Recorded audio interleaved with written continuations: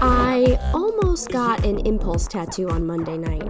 I didn't though, but I did write a song about it. And it goes a little something like this. R.I.P. to you, my almost permanent tattoo. The one that I did almost get that I would instantly regret. Drinking lots of gin on a Monday night with two good friends. I found myself alive, having fun is where I really thrive. I asked my friend to come with me, let's live it up in NYC. I've always wanted my own ink, it wasn't just these 7 drinks. Would I get my ex's name or a song lyric sung by Zayn? Would I get a butterfly or Cartman while he's getting high? Maybe it'd be something tribal or a weird quote from the Bible. I could tattoo all my lower back and I'd write property of Jack. When I pointed down to St. Mark's Place, I saw the look on my friend's face. His face said maybe sleep on it. His face said chill and don't commit. His face said what's the benefit? His face told me it's permanent. His face showed me that I was lit. His face honestly gave a shit. Then I took myself to bed. I avoided quoting Grateful Dead. I'm so glad I didn't do an impulse move body tattoo. The one that I did almost get that I would instantly regret. Time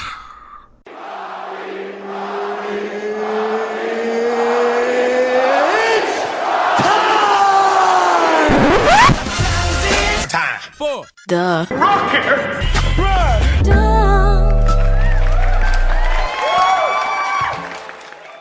Welcome to the Rocky Rundown, where you get to learn a little bit about my week. Party God Squad, hello. I'm so happy you're here with me, and I hope you and some of your favorite people were able to do some fun shit this week/weekend. I myself last night had an impromptu after party at my house for my friend's birthday. Shout out to my friend Tim. I love you, Tim. Happy birthday this week and many, many more. And I have to say, it was fabulous. The company is what makes a party, and everyone there was a solid 10 on the fun scale. Right now, I have so many empty cans of beer and White Claw, I almost feel guilty recycling them in the bin outside and not taking them to a place to get my little, $5 worth of return money. I am speaking as an ex-canner. Oh, you'd like a definition? Well, an ex-canner is a person who used to return cans for cash. 1877 cans for cash. Yes, I became infamous in college for returning cans for a year and a half to help pay for a trip to Aruba. How much did I earn? Good cue, good cue. I earned roughly $462. Worth it, you ask? For the story only, baby. I should've just got a job. I would've made more money that way. I thought the canning was passive, and then people got so into me canning that they started saving cans for me to recycle. Not a lot of money, though, if you think about me doing that for a year and a half. At the party last night, someone, as an absolute joke, brought over one of those gas station sex pills for men. And if you don't know what those are, fucking Google it, broski. What's gonna happen right now is I will read the label to you. It's essentially Viagra for men who don't care if they live or die. All that matters is that they have a rock-hard boner to essentially shove in whatever man or woman will give them a hole to call home for their ironclad hot dog. On the front of the packaging for this particular brand, it says triple platinum 4,500. Okay, it's a great start. Male sexual performance enhancement. No headache. Fast acting, long lasting. First, increases time of intercourse. Second, increases size and rock hard. Third, increases stamina and sex drive. Vroom vroom, baby. Is this picture getting painted for you? Is your chest tightening just listening to these descriptions? On the back, triple maximum. Time plus size plus stamina. Then there's a list of all the benefits that our little grayish silver, I don't really know what color that is, our little grayish silver pill has. Increase the time of intercourse. We like that. Free from premature ejaculation. Okay, so mature jacks only. Better ejaculation control. No limits. Pretty self-explanatory. Increase volume of ejaculate. Okay, so they're saying louder cum. Amazing increase in thickness. Oh, so the collagen of the sperm world. No one likes watery jizz. Experience rock hard erections. Rock hard is intimidating. Rock hard is like the end of a hairbrush. Have you ever tried to masturbate with the end of a hairbrush? Yeah, me neither. But I imagine a person who did masturbate with the end of their hairbrush would describe rock hard in a negative way. I imagine. Increases sexual confidence. Okay, Zanny's talking dirty. Increases intense, explosive orgasms. Okay, but whose, like his or mine? Guaranteed enhancement. Nice. Okay, this pill supports eating pussy, and I support that. Lastly, doctor designed. Blatant lie. That brings us to Rocky's highest thoughts. My most stoned thoughts of the week. I got 2 for you, party gods, and the first was, I said the sentence, well, that Burger King is actually iconic, so. And keeping it brief this week with my highest thoughts was a Post-it I found that had the message written on it, and I quote, when not stoned, look into becoming a doula. Seriously.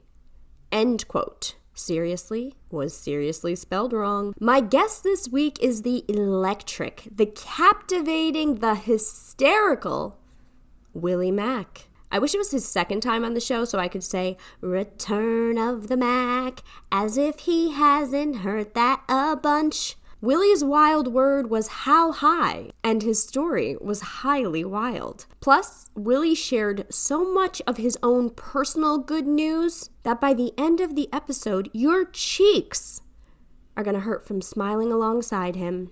I know mine did. If you haven't done so already, please like, share, and subscribe to the podcast. Follow me at Wild Nights with Rocky on Instagram and TikTok, at Wild Nights Pod on Twitter. If you love Wild Nights and you know it, write a review. If you love Wild Nights and you know it, write a review. If you love Wild Nights and you know it, and you really want to show it. If you love Wild Nights and you know it, write a review. It really does make a difference. And now, please enjoy my Wild Nights conversation with Willie Macc. Willie, welcome. Thank you for doing the podcast.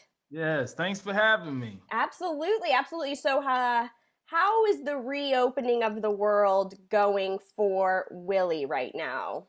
It's not bad. My quarantine was not as bad as some. Okay. I did catch COVID. I caught COVID back in October, which was super wild, man. But I got over that, obviously. And, now, when you caught COVID, you were not asymptomatic. You were not asymptomatic. You were like, I'm sick. Mm-hmm. Oh man, that must have been so scary. Yeah, it wasn't until I lost my sense of smell that I knew that it was COVID. Like, yeah.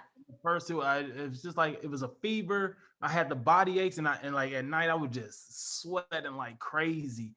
And then when I was like, when someone was like, "All right, food's ready," I'm like, I cannot smell this food. And then it was like, boom. I was like, uh-oh. This is not a regular cold. It got me. Not a regular cold. That's when it hit me.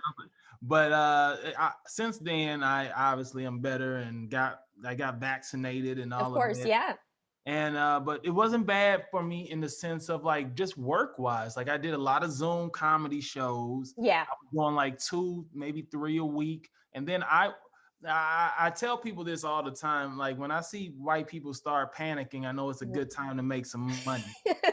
So when the stock market crashed back in March and April, yeah, I bought a lot of stocks. I bought into Moderna when it was Mm-hmm. low, and then I sold it high and all of that other stuff. So I came Okay. up.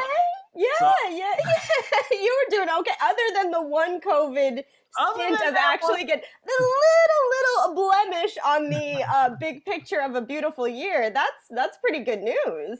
yeah. Then also that's when I ended up getting my home flipping show as well. So we shot that back in September. We shot it in September. We got the green light to start shooting, and we have been shooting that for like the past month.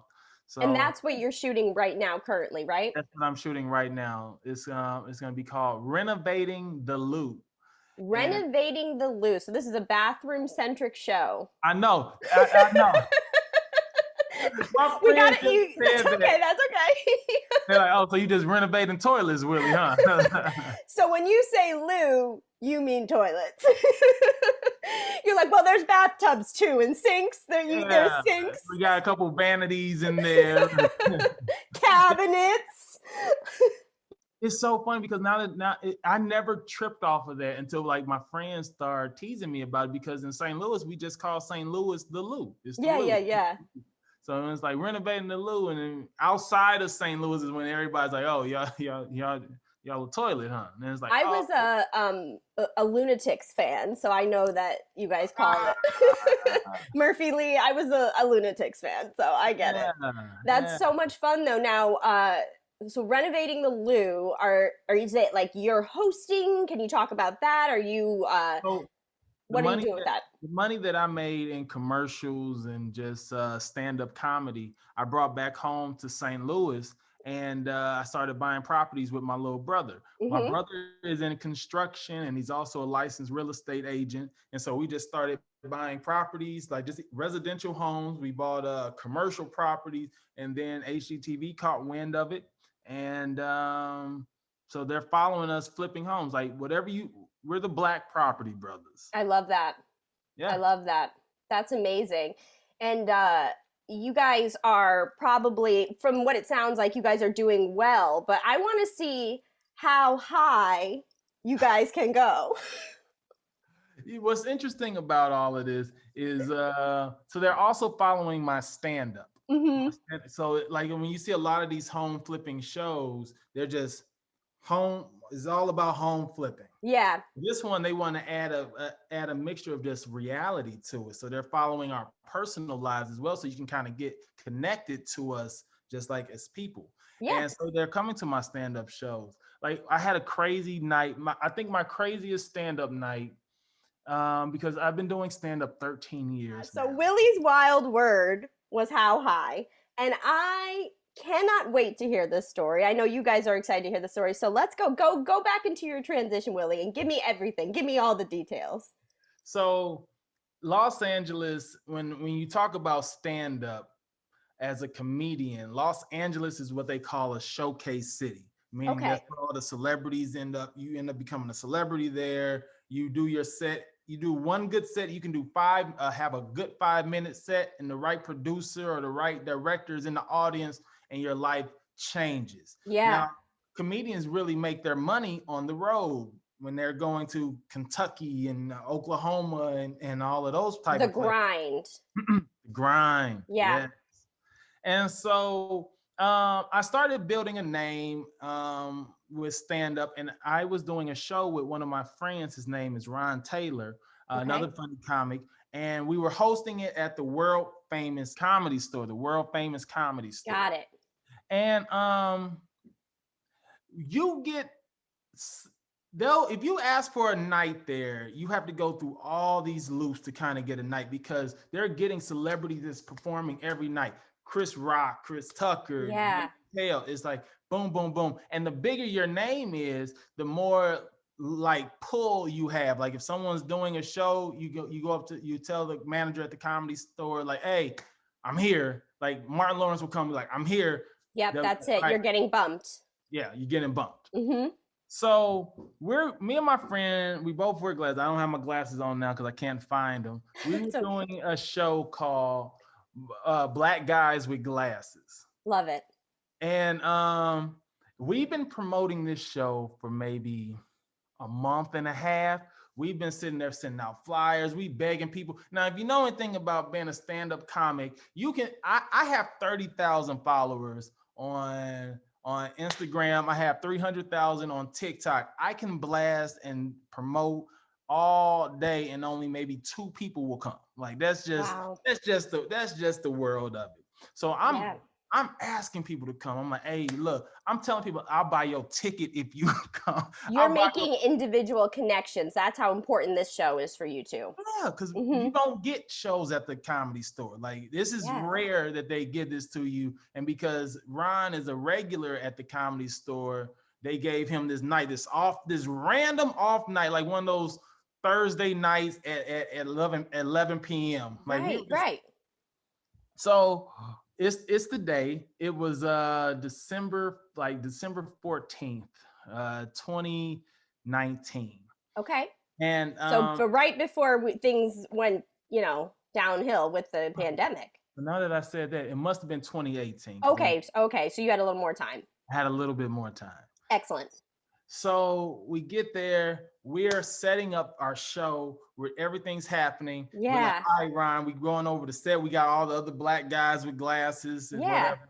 And we get in 30 minutes before our show starts, the manager comes up and says, hey, Dave Chappelle just came and he wants y'all spots.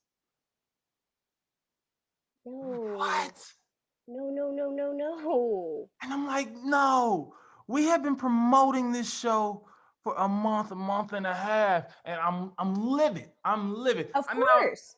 And there's nothing you can do about it. It's just Dave Chappelle wants to. He's working on his Netflix special, so it's like, There's really nothing with a show of that caliber that you guys that they know have been booked, like, because this isn't Dave Chappelle coming in and saying he wants to do 20 and you individually, Willie the comedian, getting bumped. This is not that kind of situation. He's taking a whole show from what I imagine was probably about 8 to 10 comedians. Yep, 8 to 10 comedians, and wow. All of us just got bumped because when Dave performs, he's doing an hour, 2 hours, or whatever. Wow. So I'm downstairs. There's this VIP section of the Comedy Store that's downstairs. It's kind of in the back behind the kitchen or whatever. And there's this like back part of it, like outdoors. And these comics was offering me weed and just alcohol. And I'm like, nah, I'm good. Nah, I'm not even trying to do this. I'm like, man, this is the second time Dave did this to me. And I'm hot because this is the second show that he's bumped. And I'm like, man, blah, blah, blah, blah, blah, blah, blah. Hey, Dave. And obviously I don't. Of but course, I'm like, whatever. So the manager says, hey, it's cool, man. Let's just go into the VIP lounge and I'll make you a drink. I was like, all right, cool. So it's me, my boy Pap. He's a comedian as well. His girl, and the Comedy Store manager. So he's making us a drink, and I'm over here talking the most stuff. I'm like, yeah, man, Dave done bumped me. This is the second time Dave bumped the show that I was on. This one I was... The last one he bumped you on was just, but the last one he bumped you on was just a regular, like, I'm doing a set tonight, and sorry, Willie, you're the one who's getting cut. Yeah. Gotcha. That was that time. It was like that. And then so he's making you guys drinks and you're talking, you're upset. I'm upset. And I'm like, yeah, man, I can't stand Dave, man. I wish I but in like a admiring way. It's like, man, I can't stand it. And then as I say his name, in walks to the back room Dave Chappelle. And it's just the 4 of you. It's just the 4 of us. Ooh. I fangirl clean the fuck out. I'm like, like everything that I said back. I'm like, oh my God. As all the stuff that I've been talking about him this entire night. Yeah. Went out the window. Of course. And, I'm trying to play it cool because, I'm that guy that's like trying to put his arm on something that's not even there. And, you trying to act like you belong. Right. And so Dave sits over at the end of the bar, and did he acknowledge you? Oh yeah. Okay. So he sees us. He's like, "What's up, fellas? What's up, lady?" And he's like, "What's up, Richie?" Richie is the Comedy Store manager. "What's up, Richie?" And Richie's like, "The usual." He's like, "Yeah." Which Dave drinks. It's a whiskey. I forget the name. I forget the brand of the whiskey. Obviously, a nicer brand of whiskey. And he was like, "Y'all want one?" We're like, "Yeah." So he's like, so he gets us all drinks, and we're watching this basketball game. We're watching a basketball game, and I mentioned to him, I was like, "Yeah, man." I was talking to Pap actually, and I was like, "Man, Pap, man, we need to do better on because there's a comedy basketball league, and all the comedians play." And so I'm telling Pap that, and Dave's like, "There's a comedy basketball league." I'm like, "Yeah, man." He's like, I'm gonna have to sponsor one," and I'm like, "Dude, sponsor this. I'm on your team, Dave. Like, let's make this happen." He's like, "I'm seriously thinking about it," and so Dave pulls out this joint. And he lights it up. One thing about being someone that big, like when you go to comedy clubs and all this other stuff, no one can smoke in a comedy club. Yeah. But Dave Chappelle. Yeah, he smokes cigarettes on stage. He doesn't give a fuck. You just give him that pass. Yeah. And so he passes it. He's like, "Hey, y'all want to hit this?" Now I've been denying weed and everything. That. Get off me. Stop. Hiya. I was fruit ninja 100% high school. And so he passes it to Pap. Pap smokes it. And then he looks at me, he's like, "You want to hit this?" I'm like, "Hell yeah." Now, if Dave Chappelle offers you crack, I probably would have been like, "Yeah, but I'm fuck it. Why not?" Like, yeah, we got a risk addiction for Dave. If he's offering crack, this is a risk that we have to take. I'm sorry. So I'd smoke it. One hit. Pass it back. Yeah. And now the VIP room, celebrities are starting to come in because now the word that Dave is here. So Norm Macdonald, the Tory brothers, and just all these comedians, like the big comedians are starting to come in. Now me and Pap are like, let's just be quiet because we're not supposed to be back here. Right. Especially when the bigger people come, they usually kick you out. They're like, hey, y'all gotta go. Even the manager, Richie, even he would kick you out? Oh yeah, Richie would have to, because it's a different thing. Got it. Yeah, got it. So, but they let us stay. It's like, hey, they cool, whatever. I'm like, all right. Maybe like 20 minutes into this, I'm talking to a comedian friend. His name is Guy Torrey. Him and Dave Chappelle go back, and they're good friends. But he's also good because he's from St. Louis. We found out about each other and we connected. Yeah. And me and him are talking. So Dave invites us all to go watch him perform upstairs. We're like, what? Oh, awesome. And as I'm talking, I start seeing the room just do this. Uh-oh. And I'm like, oh no. This weed, now I smoke weed, okay? Right. Same, I've done edibles and all of that. And I've been high, but I've never been this high. From one hit? From one hit. He's smoking something they don't sell at dispensaries. Like, this is something completely different. And so I'm talking to Guy Torrey, and I'm just feeling myself like, oh, the room is spinning. I'm like, I can't even cool at this point. Like, now my eyes are like this, and I'm like, I'm leaning. And Guy like, you good? I'm like, yeah, man, I'm good, man. You know, I'm chilling. I'm trying to be right here. Yeah. And he's like, yeah, so we're all about to go upstairs to watch Dave set. You down? I was like, yeah. Everybody, they're smoking. Not some, obviously some of the people were not, but then there was. And so I'm like, hey, I'm gonna go to the bathroom real quick, because I'm like, I just need to throw some water in my face or something. Yeah. I go to throw some water in my face, and I go in the back part of the Comedy Store that I was talking about earlier, just to sit down, get this cool air on my face. I close my eyes, and Richie comes and taps me and wakes me up. He's like, hey, man, we got to get out of here. And I was like, what? I'm like, I'm about to go watch Dad perform. He's like, Willie, it's 3 a.m. No. 4 hours pass. I thought I blinked. I thought I just did this. And my blink made me miss Dave's set that he invited me upstairs to go and watch. I slept to after everybody cleaned up. and Richie had to wake me up and be like, "Hey, we got to get out of here." And I was like, I am so pissed off now at myself. Yeah. So that is probably one of the wilder nights that I have had. Willie, I'm gonna be honest with you. My chest hurts. My chest hurts. I cannot believe 4 hours went by. First of all, we have this terrible thing happen. This show that meant so much to you, so personal to you. It was literally a reflection of you. You get bumped by Dave Chappelle. Okay, if you're gonna get bumped, you at least get bumped by the best. You're allowed to be frustrated about that, but at least you were bumped by the best. Then karma comes around and says, I'm going to give Willie another chance to have a great night, an unforgettable night, a memorable night. And then it was like, no, no, no, no, no. Now, your friend, Ron was his name? Yeah. The one that was with you and the manager and his girlfriend. Oh, that was Pap. Pap. Yeah.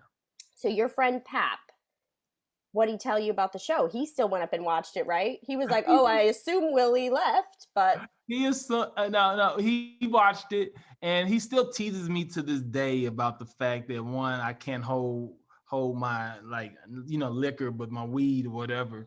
And then just like that I was talking so much stuff just for him to walk in and I fangirl out. And then the third thing he always talks about me about, because he's like, Willie, you was denying weed from everybody just like all night long. And then Dave passes it to you one time and you missed it. Yeah. Wow. I'll say this. That is that's unlike any story. I've had almost 30 episodes of this show. That is unlike any story I've heard. This is truly like and I even on last week's episode, and I think on one of the earlier ones, I always talk about I love Dave Chappelle. He's probably my favorite comedian. I would say he's my favorite comedian. I used to listen to Killing Him Softly when I was like 16 over and over and again. And last week, I won't do it again, guys, but last week I did the Oscar the Grouch joke. Like, if I saw him, I would be the same as you. I would be fangirling out. I'm sure it's pretty much the same for you. The exact same. Yep. And to have that happen, I'm so sorry. I'm so sorry. Yeah, that was so. I now saying the story over again, just kind of bringing back those feelings of like, God, Willie, you did do that. Like, man. Yeah. Wow. I've heard that multiple times about celebrities and their weed. Everyone's like, oh, you think you're a pothead? Oh, you think you can smoke? I love weed. I smoke all the time. I will probably pop an edible when we're done with this recording. And and by probably, I mean, I will definitely be popping an edible when we're done with this recording. And everyone says, if you smoke celebrities' weed, oh, you think you can smoke Snoop Dogg's weed? You think you can smoke this person's weed? They are getting some top tier stuff. Yeah, like that's it. Cat Williams even had a joke about smoking Snoop Dogg's weed, and he was talking about how that's the highest he ever been in his life. He was looking down at God or something. He said, Yeah. I ain't never been that high, but yeah, I don't know. Once I make it to that point, you will, yeah. I can't wait to just like, okay, where is this magical plant that everybody partakes of? Yeah, like, give us the good stuff. Give us the good stuff. I have another question about Dave. After Dave Chappelle, after you had this happen, if this happened in December of 2018, were there any encounters with him in LA or anywhere after that, or that was just the one time? I've seen him at the Comedy Store, just like kind of in passing, but not in like a close, like where we can talk like we did that night. Yeah. Well, honestly, Willie, I will say this: if you're at the Comedy Store, and I know you have a ton of followers on Instagram, you have a very big following, and you have quite a resume under your belt anyway. Did it start out that you just wanted to do acting, or did you want to do stand-up and then you kind of leaned into acting and now you're both?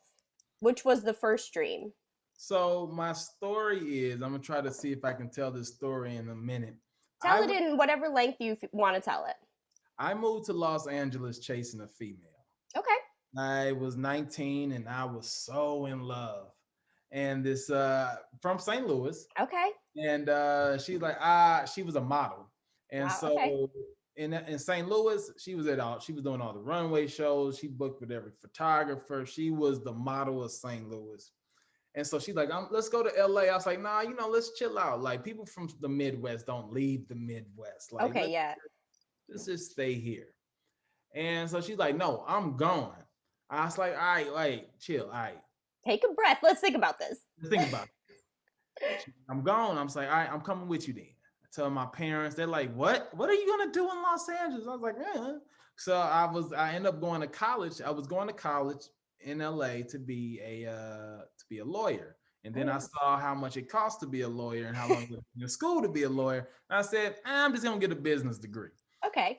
So she comes out here and she finds out that St. Louis modeling and LA modeling are two different type of models. Mm-hmm.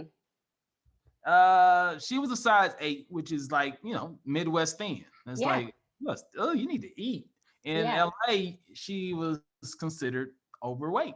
She had to be a 0.2. It was because in 2000, this was 2004. They weren't body positive like that then. I mean, I feel like people weren't even body positive 4 or 5 years ago. So to be a size 8, that is not a ridiculous size. No size is a ridiculous size, but for beauty standards back then, I would say, size 8 in LA, you're not gonna make the cut. It's a rough beast, and that's too bad. But so she went out there and she kind of got a hit with the reality of the business she was trying to pursue.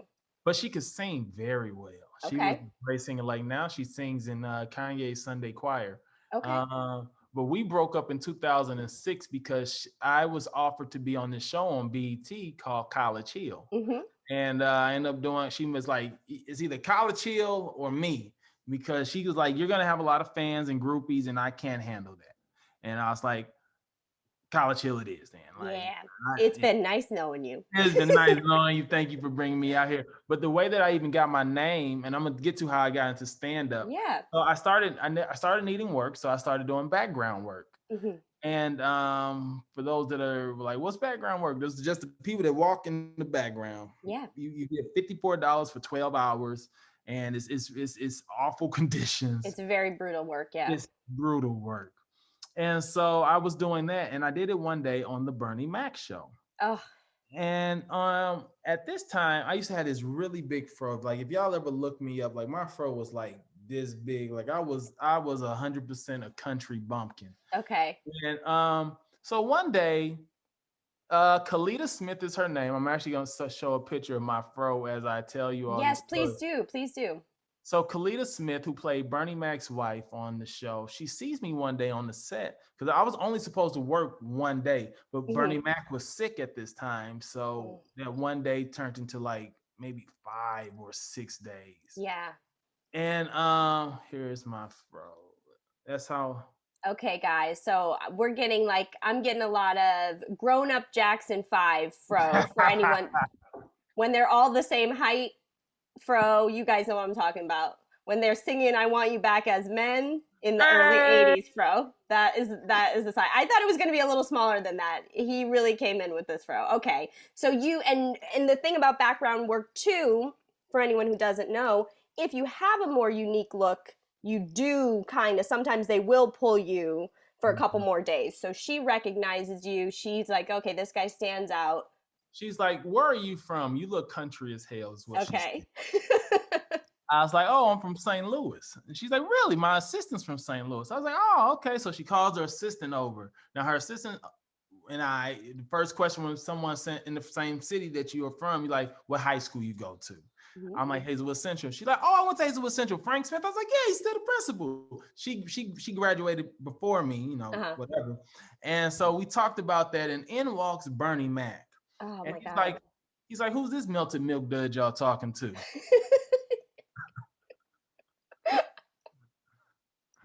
And he's so perfect.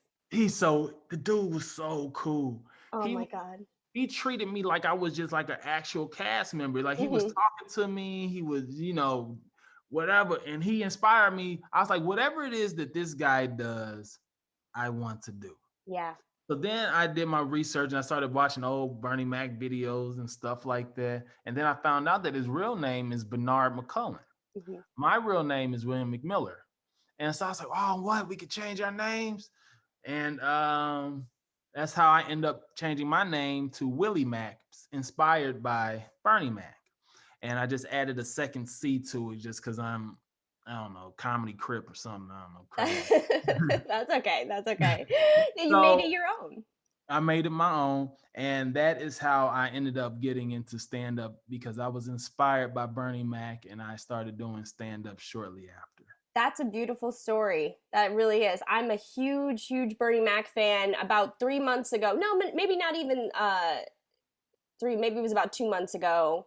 I was once again high on the couch and I was like, where are the original Kings of Comedy? I want to rewatch that. And I watched it on a Thursday night, and then I went back home to my parents' house. I watched it on a Saturday night.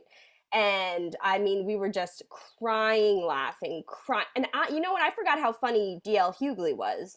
Uh-huh. Because I feel like even though DL Hughley, like, he's doing fine, he's got his radio show, he's very respected in the comedy community, obviously. But I just always think of the other three men. I think of Steve Harvey, I think of Cedric, I think of Bernie Mac. And so I'm sitting on the couch after everybody goes to bed, and I watched the Def Jam 25-year anniversary special. And then after that, I just start YouTubing all these Bernie Mac clips. And I look up the clip where he's talking about sex, and he's like, I love sex. I love it. Yeah. I just like start writing it all down. I'm like, I'm going to TikTok this and just do Bernie Mac TikTok where I'm mouthing everything. I love him so much. And when I was doing my research on you, I was like, he's probably not related to Bernie Mac, of course, because Bernie Mac's name is, changed. But just to be, two comedians using the last name Mac. But I noticed you had the two C's. But I kind of in my head made the joke, like, I wonder if he knows Bernie Mac. So you kind of made a thought I had already had come true. That's a beautiful backstory. To actually, people are inspired by Bernie Mac, but to be on set and be in person, have your life direction change because of him. That's wonderful. The dude was so cool, man. I was like, he's the reason that no matter how big I get, I would stay just as humble as he was. Mm-hmm.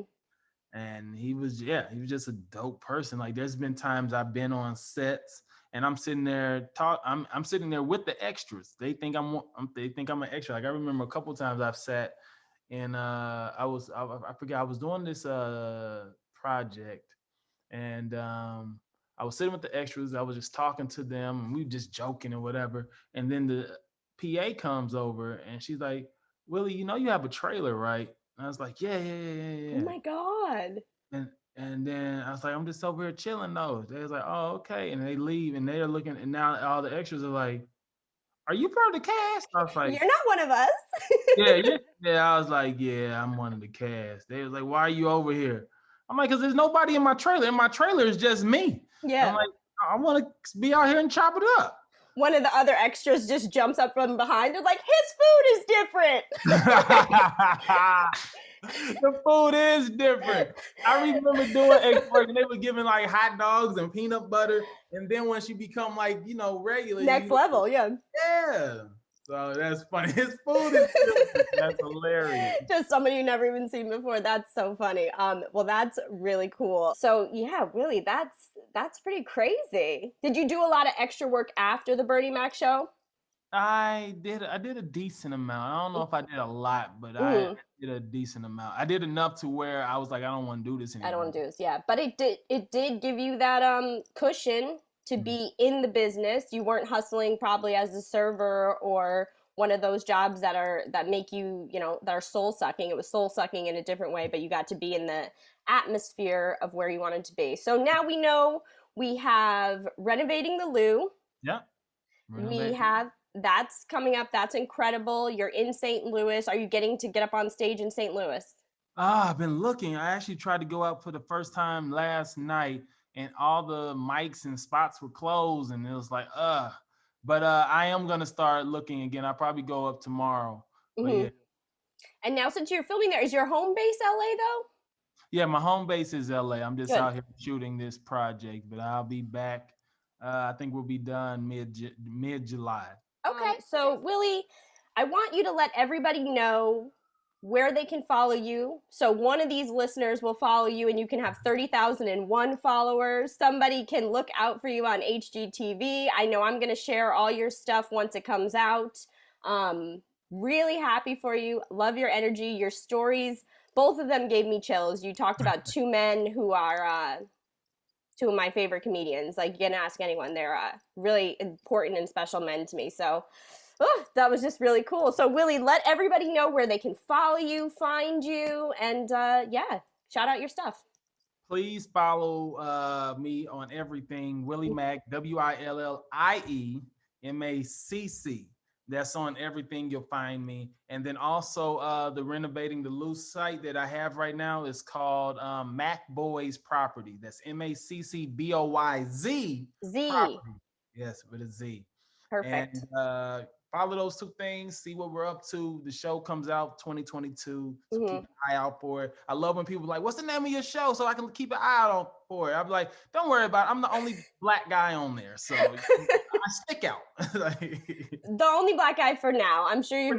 Yep, you are probably going to be somebody they look back on and say, like, Willie Macc opened the door for me. Wow. And that would be really cool. The way Bernie Mac opened the door for you and changed the trajectory, you could do that, but for HGTV, baby. Willie, thank you so much for doing the show. This was an absolute blast. Great episode. I'm so happy. Thank you for having me. Absolutely. Bye.